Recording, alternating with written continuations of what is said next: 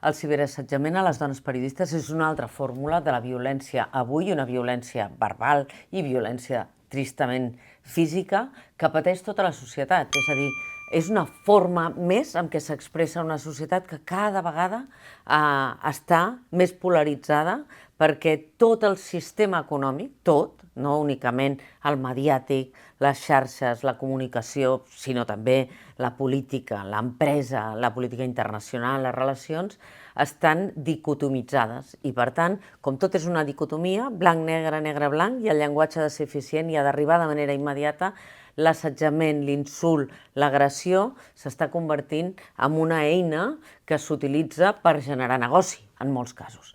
I les dones periodistes són unes víctimes més d'aquesta situació. Com combatre això?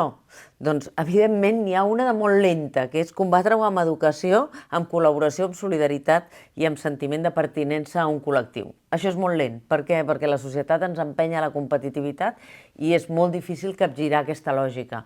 Però és evident que ens hem de posar molt serioses en com governem totes i cadascuna de les institucions perquè l'agressivitat que hi ha avui en l'ambient, a tot arreu, venci a poc aquest ciberassetjament que genera por en les periodistes.